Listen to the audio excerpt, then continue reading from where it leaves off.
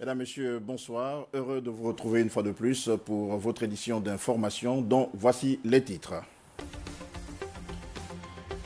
À défaut d'une confirmation officielle, la date arrêtée précédemment par le calendrier 2017-2018 fixe la rentrée administrative à ce 17 septembre. Et puis football, alors qu'on attendait le nom du nouveau sélectionneur des Panthères, c'est plutôt le report du début du championnat national de foot qui a été annoncé lors de la conférence de presse du ministre d'État au sport.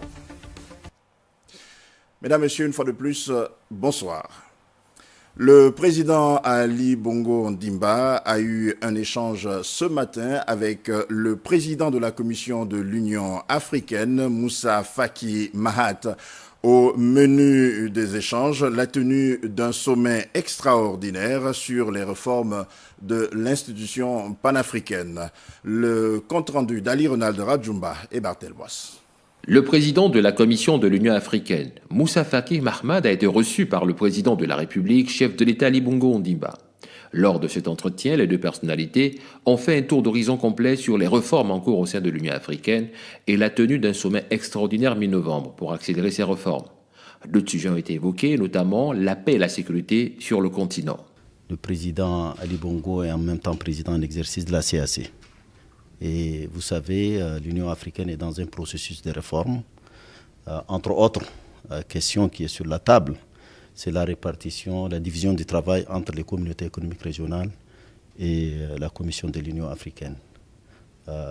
Une retraite du Conseil exécutif vient de se tenir sur la question de la réforme. Un sommet extraordinaire aura lieu mi-novembre. Il y a également une réunion il y a 3 jours sur le post-Cotonou. Les négociations entre l'Afrique et l'Europe. Donc j'ai rendu compte également à son Excellence, Monsieur le Président de la République. Et bien entendu, nous avons discuté des questions de paix et de sécurité dans la région. La République centrafricaine, la République démocratique du Congo, pas mal de sujets, surtout que nous sommes à la veille de l'Assemblée générale des Nations unies. Par ailleurs, Moussa Faki Mahamat a souligné avoir profité de sa rencontre avec le président de la République, chef de l'État Ali Bongo Ondimba, en sa qualité de président en exercice de la CEAC, sur l'évolution de l'Union africaine. Et il s'est dit satisfait de la nature des échanges. Rentrée administrative sur l'ensemble du territoire national. Dans le reportage qui va suivre, nous vous proposons l'effectivité de cette reprise dans quelques établissements de la capitale gabonaise avec Guy Frein dans Obian et Syriac Harris. Après plus de 2 mois de repos pour cause de vacances prévues par le calendrier scolaire, ces enseignants renouent petit à petit avec leur lieu de travail. Ce jour, au lycée national Léomba et au lycée Paul Ndjenjen Gondjou, en dépit des spéculations sur la rentrée administrative, enseignants et chefs d'établissement ont repris du service. C'est le premier jour de la rentrée administrative, conformément au calendrier de l'année dernière, disons de fin d'année, qui arrêtait justement la rentrée administrative au 17 septembre. Bon, apparemment, la date a été respectée. Mes enseignants sont sur le site, en même temps que tous les membres de l'administration pour les accueillir déjà et peut-être pour déjà organiser, voir comment on va faire pour cette nouvelle rentrée scolaire 2018-2019. Préparant la rentrée des classes, la rentrée administrative est la période qui permet de traiter toutes les situations liées à la scolarité. Les enseignants sont présents, ils s'attellent à remplir leur fiche de reprise de service. Nous préparons les emplois du temps. Nous peaufinons parce qu'en fin d'année, nous avons amorcé le travail. Et justement, la période de rentrée administrative nous permet de terminer ce travail afin qu'à la rentrée des classes, tout soit fin prêt. Voilà un peu comment nous, au lycée Paul Ndjenjen Gondjou, nous préparons, n'est-ce pas, la rentrée des classes à partir d'aujourd'hui, qui est jour de rentrée administrative. Pendant que le corps administratif et les enseignants sont déjà à pied d'œuvre, le calendrier officiel de l'année scolaire 2018-2019, quant à lui, demeure toujours inconnu. Invité du plateau spécial animé par notre consoeur Patricia Lydie Mouélé sur la task force de l'éducation nationale, le professeur Patrick Mugiama Daouda a présenté les axes sur lesquels les efforts doivent être désormais concentré pour relever le niveau de l'école gabonaise. On l'écoute. Première décision forte sur laquelle on a été amené à réfléchir, c'est mettre en place le secrétariat d'orientation. Encore une fois, une mesure qui est contenue dans la loi sur l'éducation 2011, mais qui n'a jamais eu de décret d'application, de texte d'application. On a continué à fonctionner ainsi. La deuxième décision, ou le deuxième axe sur lequel on a été amené à réfléchir, concerne la gouvernance des établissements scolaires. Et quand on parle de gouvernance des établissements scolaires, on touche là à un certain nombre de problèmes que l'actualité récente a souvent évoqués. L'insécurité dans nos établissements, les questions de citoyenneté, les questions d'hygiène et bien d'autres encore. Donc la gouvernance scolaire, c'est aussi la façon dont nous allons désigner nos chefs d'établissement. Est-ce qu'il est suffisant, est-ce qu'il est assez efficace de désigner nos chefs d'établissement seulement sur la base de leurs compétences pédagogiques? Ne faudrait-il pas introduire une dose de management? Comment peut-on espérer avoir des résultats efficients si on donne la direction d'un établissement de 10 000 personnes à un enseignant qui n'a jamais eu une notion de management? Donc ça, c'est le deuxième aspect. Le troisième aspect concerne tout ce qui est trait au curricula, au programme, à l'environnement pédagogique. Dans beaucoup de cas, nos curricula sont vieux, obsolètes. Il y a déjà un travail qui est fait par les experts pour les mettre à jour avec des organismes internationaux. Le deuxième aspect de cet axe-là concerne aussi la formation des formateurs. Nous avons un corps d'inspecteurs qui est vieillissant et qui n'est pas suffisant pour accomplir la tâche qu'on leur demande. Et puis, toujours concernant l'environnement pédagogique, il y a tous les équipements, tous les outils pédagogiques et didactiques qui ne sont pas à niveau et qu'il faut mettre à jour. Donc nous avons réfléchi à ces éléments-là qui permettraient de monter en qualité. Et puis, le quatrième axe d'intervention concerne le modèle du financement de nos établissements. Est-ce qu'on doit systématiquement s'attendre à ce que ce ne soit que l'État sans contrôle qui finance nos établissements? Et puis, dans ce journal, un invité, il s'agit de Jean-Blaise Alogo, directeur général de l'enseignement technique et professionnel. Monsieur, bonsoir. Bonsoir, monsieur. Alors, vous avez pris part aux travaux de la Task Force sur l'éducation. Et on vient de suivre, là, le professeur Daouda. Qu'est-ce que ces propos vous inspirent d'entrée de jeu? Je vous remercie. Effectivement, le professeur vient de résumer en quelques mots les 2 semaines et demie que nous avons passées au Cap pour travailler donc sur cette task force pour, on va dire, une réforme profonde du système éducatif gabonais. Alors, les lycées techniques sont pratiquement en lambeaux, les centres de formation professionnelle sont sur le point de rendre l'âme. Qu'est-ce qu'on doit prioriser pour la nouvelle année? Bon, les lycées techniques en lambeaux, je n'irai pas jusque-là. Mais bon, il est clair que la situation de l'enseignement technique et professionnel au Gabon et même de la formation professionnelle présente quelques soucis. Le principal problème étant l'insuffisance du nombre d'élèves inscrits dans ce secteur. Ça, c'est déjà le premier problème. C'est une affaire de quantité alors? C'est le premier problème, c'est-à-dire que le nombre d'élèves inscrits est insuffisant. Le deuxième problème, c'est que l'offre de formation n'est pas diversifiée et adaptée au secteur économique. Donc ça, c'est le deuxième problème. Le troisième et peut-être le plus important étant les programmes de formation qui sont vieux, qui ne sont pas adaptés. Donc voilà principalement les différents problèmes. Et quand on rentre maintenant dans l'enseignement technique professionnel, il se trouve d'autres soucis à l'intérieur, à savoir que nous formons beaucoup plus de techniciens qui ne sont pas forcément prêts pour la vie active. Donc nous avons des formations dites de type technologique et puis des formations de type professionnel. Donc les deuxièmes ne font que 20% de notre secteur d'enseignement. Alors qu'est-ce qu'il faut faire pour amener les jeunes Gabonais à s'intéresser à l'enseignement professionnel et technique? Alors il s'agit justement là d'un secteur très, très mal connu des Gabonais. Et nous sommes en train d'élaborer, la Task Force l'a validé, un plan de communication qui nous permettra d'expliquer en détail, en clair, ce qui se fait effectivement dans l'enseignement technique et professionnel. Donc ça va être, on va dire, des reportages pendant l'année scolaire au sein de nos établissements. Nous espérons que vous allez nous accompagner.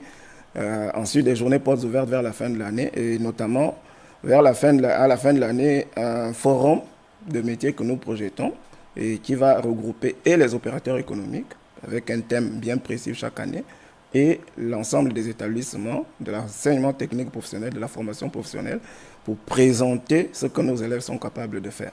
Vous savez, nos élèves, ils sont bons, comme le chef de l'État l'a dit, ce n'est pas les plus mauvais. Monsieur Jean-Blaise Alogo, merci d'être passé. Vous restez avec nous pour continuer toujours l'information dans le domaine de l'éducation avec les versements des allocations de rentrée scolaire des agents de l'État disponibles dès cette fin du mois de septembre. Le directeur général adjoint de la Caisse de pension et de prestations familiales des agents de l'État, Rodrigue Mikolo, s'est expliqué sur les différentes étapes d'acquisition de ces prestations sociales. C'était en présence de Yolanda Ekwara et Gérard Magnagna. À quelques jours de la rentrée de classe, plusieurs agents de l'État attendent impatiemment le versement des allocations de rentrée scolaire. Toute chose qui peut aider les ménages à mieux organiser cette reprise des cours. La Caisse de pension et de prestations familiales des agents de l'État rassure. Les versements des allocations de rentrée scolaire seront pour la fin de ce mois. Le 25 septembre, chaque agent public recevra dans sa feuille de paye les allocations de rentrée scolaire au compte des enfants qui sont effectivement scolarisés. Les allocations de rentrée scolaire des agents de l'État obéissent bien à un certain nombre de critères. La première condition à remplir, c'est la condition d'abord de l'éligibilité de l'enfant à l'allocation de base, l'allocation familiale. La deuxième condition à remplir, c'est la condition d'âge. L'enfant doit avoir un âge compris entre 3 et 16 ans exclus.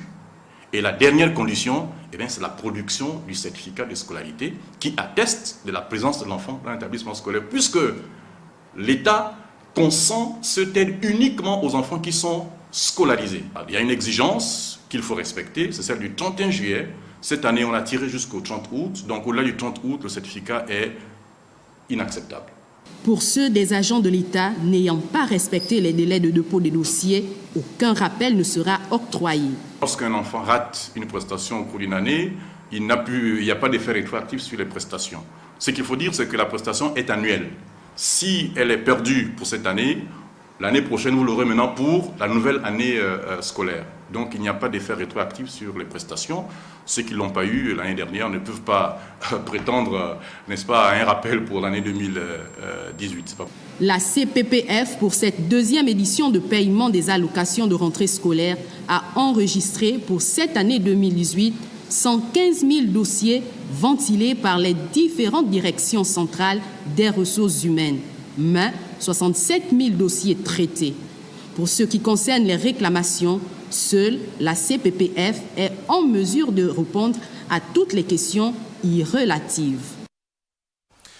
Dans une communication rendue publique aujourd'hui, le ministère des Mines suspend toute activité d'exploitation de l'or sur l'ensemble du territoire national.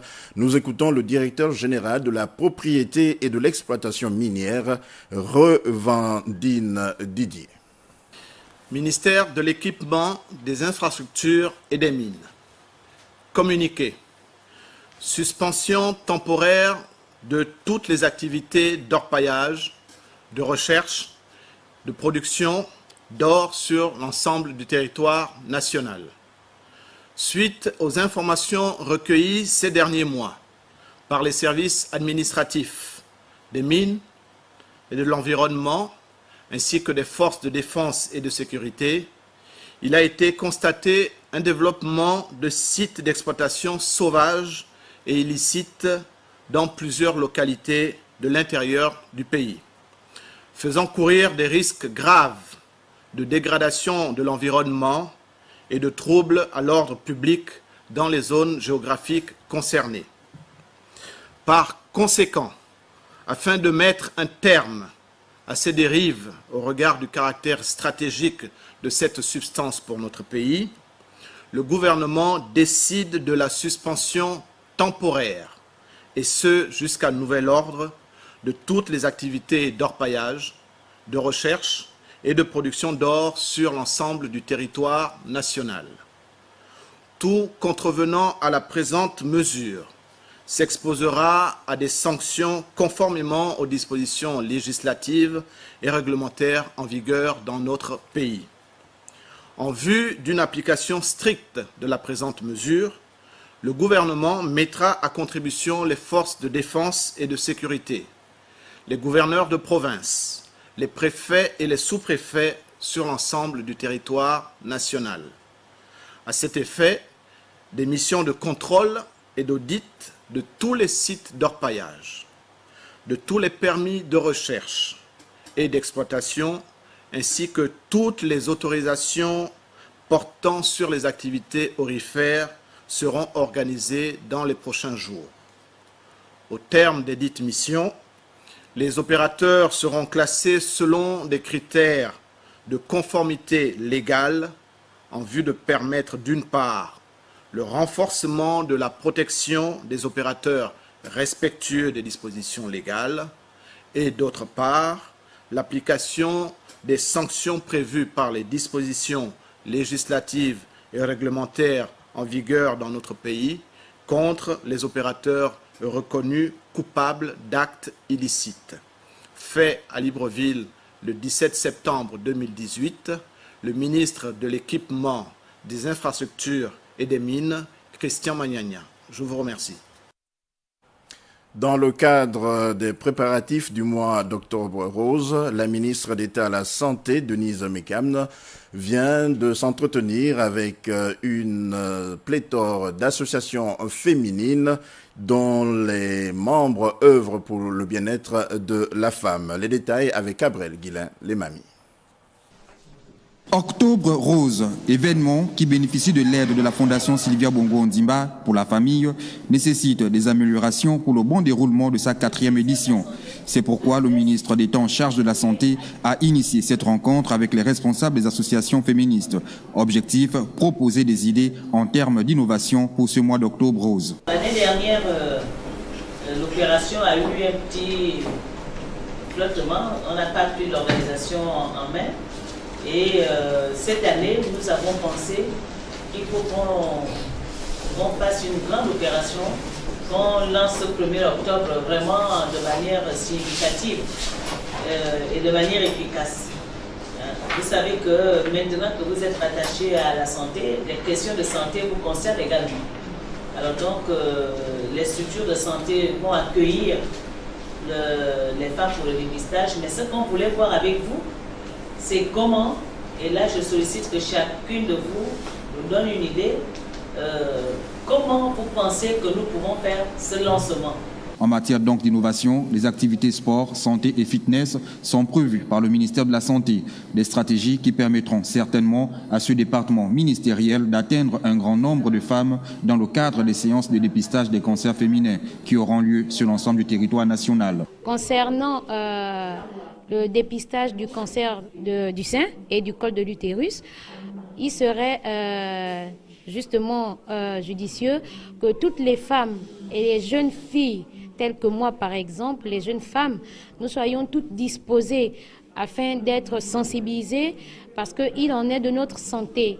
Nous serons sur le terrain pour essayer de sensibiliser nos sœurs et nos mères et nos enfants.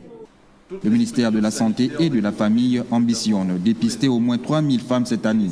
Une initiative saluée par les responsables des associations féministes venues à cette rencontre préparatoire.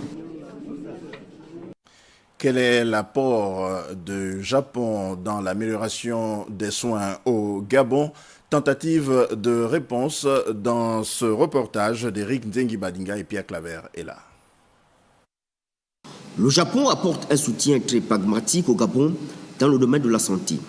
En témoigne la présence des volontaires qui apportent leur savoir-faire au niveau de la santé maternelle et infantile. Elles sont là depuis le début de l'année 2018 et donc elles nous aident à élaborer des outils de communication en ce qui concerne la grossesse, la femme enceinte, comment le suivi de la grossesse doit se faire.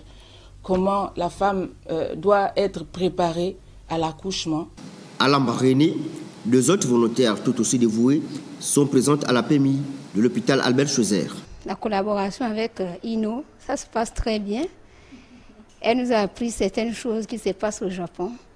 Par exemple, on ne connaissait pas tracer les courbes, les taux de perte et de croissance pour les enfants.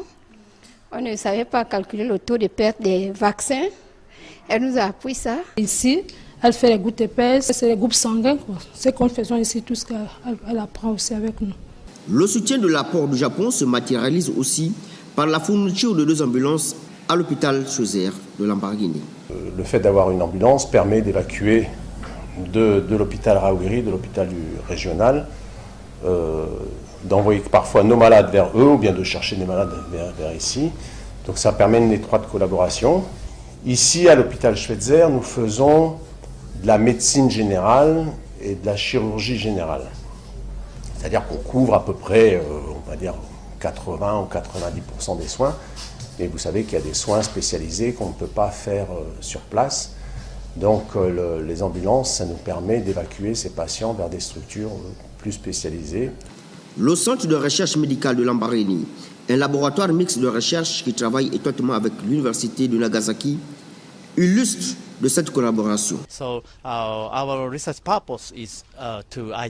L'autre projet, c'est de développer un diagnostic rapide pour pouvoir développer aussi ensuite un système de maintenance de ces maladies virales en laboratoire. Le renforcement des capacités des chercheurs gabonais, l'étude de la prévalence des maladies virales et non identifiées sont les objectifs visés par ce laboratoire de biosécurité du niveau 2 et 3. Dans le reportage qui va suivre, nous vous proposons cette séance de formation à l'endroit des femmes entrepreneurs. C'est un reportage de notre consoeur Comfort Olga Okinkali. Tout commence par un rêve, un projet. Et une fois la réflexion poussée, on peut donc capter les compétences stratégiques avant celles techniques. Comme c'est le cas ici avec cette formation dite Women Entrepreneur Business Education. Ce sont des formations qui sont orientées vers la pratique. Nous axons nos formations sur des exemples concrets, des discussions, des échanges pour permettre aux entrepreneurs qui y participent de pouvoir partir avec des éléments concrets qu'elles peuvent utiliser dans leur vie d'entrepreneur le lendemain en quittant la formation. Nous avons des évaluations à chaque fin de session pour chaque thématique. Et puis, nous continuons aussi à être en contact avec les participantes à ces formations pour savoir comment leur business évolue. Une formation comme toutes les autres avant elle, rendue possible grâce à la fondation BGFIBank. C'est une formation de 100 femmes. C'est un plus que nous fournissons au pays, notamment en termes de capacité à la femme en général d'être mieux préparée, notamment aux enjeux mondiaux, notamment ce qui a trait à l'entrepreneuriat, mais aussi aux formations qui sont propres, notamment au lean marketing, mais aussi à la comptabilité. La deuxième édition de cette formation gratuite à l'endroit d'une centaine de femmes gabonaises sélectionnées sur un panel de 350 vise l'acquisition des compétences nécessaires pour le développement de leurs projets. J'ai sollicité en fait cette formation parce que j'ai mis en place ma structure qui s'appelle Sciences Sol. Et cette structure, en fait, normalement, elle est en phase de développement. Et j'ai besoin des outils pour pouvoir gérer cette entreprise. Et en termes de gestion d'entreprise, donc je dirais en termes de comptabilité, de management des ressources humaines, des compétences techniques. Je fais dans l'élevage de porcs, de moutons, de poules. Je souhaiterais au sortir de cette formation pouvoir mieux gérer mon activité. Donc j'ai besoin d'un accompagnement en gestion, en management et aussi en technique agricole. Étalé sur une durée de 3 mois, les initiateurs ont mis l'accent sur le Gabon avec pour ville tampon 3. Libreville, 50 participantes et les 50 autres pour Franceville et Port-Gentil. Autre formation, celle de l'I-Gabon avec la contribution du ministère gabonais de l'économie numérique. Andy Tungi, Guy Franklin Manginga. L'approche numérique se présente comme un moyen innovant pour résoudre plusieurs problématiques médicales. Ce concours initié par le projet IGABON vise à moderniser le système national d'information sanitaire pour une meilleure prise en charge des patients, offrant ainsi une voie nouvelle pour l'innovation. Le sujet de ce premier hackathon, c'est la santé. Donc pendant 3 jours, nous avons réuni dans un même endroit des personnes à des profils différents, donc des marketeurs, des financiers, des développeurs, pour qu'ils puissent proposer des solutions innovantes aux questions de santé de notre pays. Comment on peut faciliter les transactions entre les pharmacies et la CNAM GS, comment mettre ensemble l'ensemble des informations de santé à la disposition des médecins pour pouvoir faire un suivi beaucoup plus coordonné. Donc voici quelques questions que les jeunes vont aborder aujourd'hui pour pouvoir être une partie prenante active au développement de notre pays. Le secteur de la santé constitue une priorité pour les gouvernants et les initiateurs du projet IGABON, à travers ce concours, veulent donner la possibilité aux jeunes talents de s'affirmer. C'est un tout, la mise en place d'un écosystème numérique innovant où les développeurs que nous aurons au sein de la société d'incubation numérique vont répondre par la dématérialisation, la modernisation des systèmes de santé.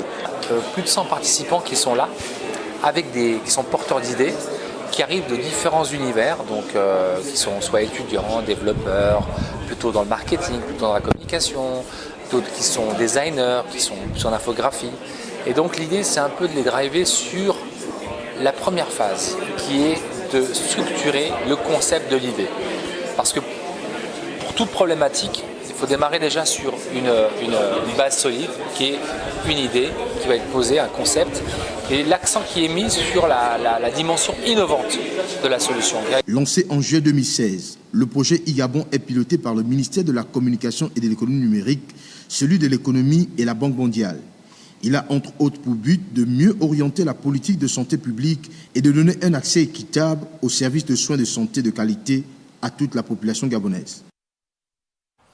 En prélude aux futures élections législatives et locales, les journalistes et techniciens retenus pour la couverture de ces événements suivent actuellement une séance de formation à la HAC. Le reportage de Claude Boussougou Matumba et Arnaud Mengue. En organisant ce séminaire de formation, la Haute Autorité de la Communication, à travers sa commission d'égal accès aux médias publics et privés en période électorale, a voulu transmettre aux équipes retenues pour la couverture médiatique de ces élections jumelées des outils nécessaires afin de fournir un résultat de qualité.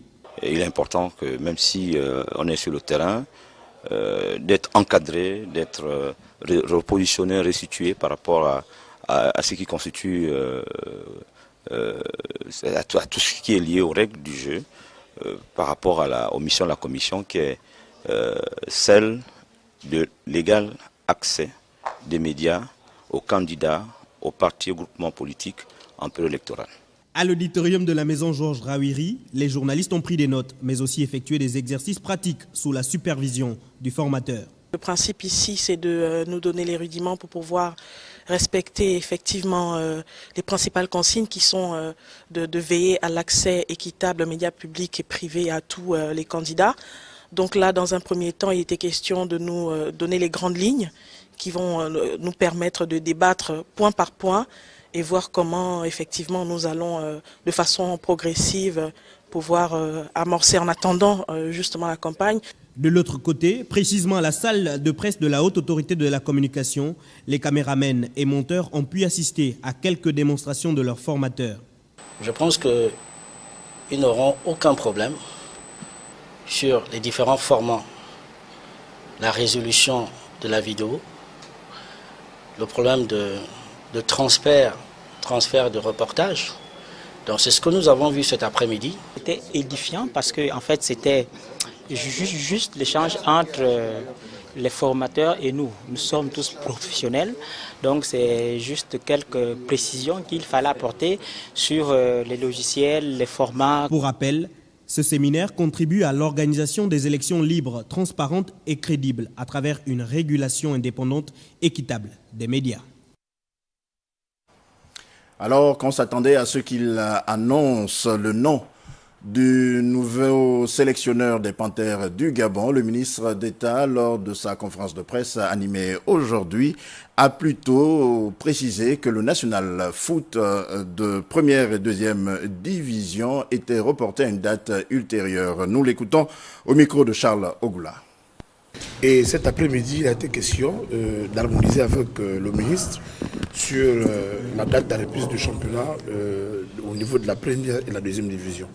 Ce qu'il faut retenir, c'est que les dates vont effectivement changer. Nous ne reprenons plus le championnat le 20 octobre comme initialement annoncé. Et la prochaine date sera, comme vous pouvez le constater, sera annoncée ultérieurement après qu'un certain nombre de conditions soient réunies avec la FEGAFOOT, avec la LINAF et surtout le ministère des Sports. Nous avons donc convoqué la LINAF afin qu'elle nous propose au plus tard vendredi un calendrier de reprise du championnat. Nous souhaitons que le championnat reprenne, mais qu'il ne connaisse plus d'interruption.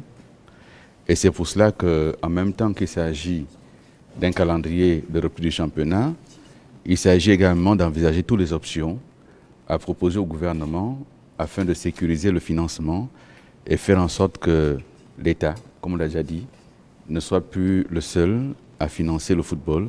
Les Panthères sont aujourd'hui, et nous tous avec dos au mur, comme je l'ai déjà indiqué, nous devons absolument nous qualifier pour le Cameroun. Et le prochain match à Libreville, c'est dans moins de 4 semaines. Il faut donc qu'il y ait un nouveau staff technique, qu'il y ait un nouvel encadrement pour que les joueurs puissent se retrouver et que nous puissions nous qualifier pour le Cameroun. Voilà, c'est sur ces propos d'Alain Claude Bilebinze que s'achève ce journal. Merci de l'avoir suivi et à demain, 20h.